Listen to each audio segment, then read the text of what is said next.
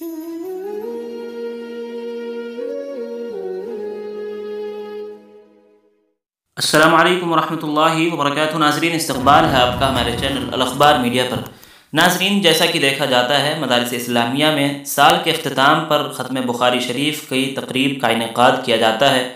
بڑے بڑے جلسے ہوتے ہیں، خواتین بے شمار شریک ہوتی ہیں اور یہ ماحول اکثر مدارس میں دیکھا جاتا ہے۔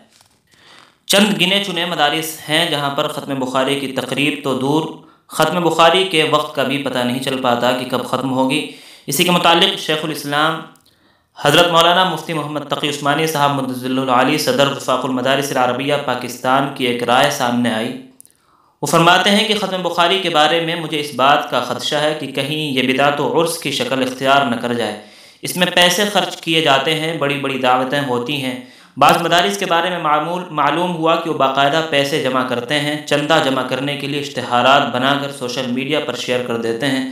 ہمارے اکابرین میں تو ایسا نہیں ہوتا تھا، اسے دعا اور واعظ و نصیحت کی حد تک محدود رکھیں۔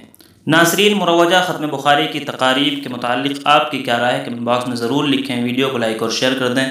اس طرح کی اور بھی ملی اور ملکی خبریں حاصل کرنے، مدارس اور علماء کے متعلق ہر خبر سے باخبر رہنے کے لیے ہمارے چینل الاخبار میڈیا کو سبسکرائب کر لیں، بیل آئیکن ضرور دبا دیں۔ شکریہ، السلام علیکم۔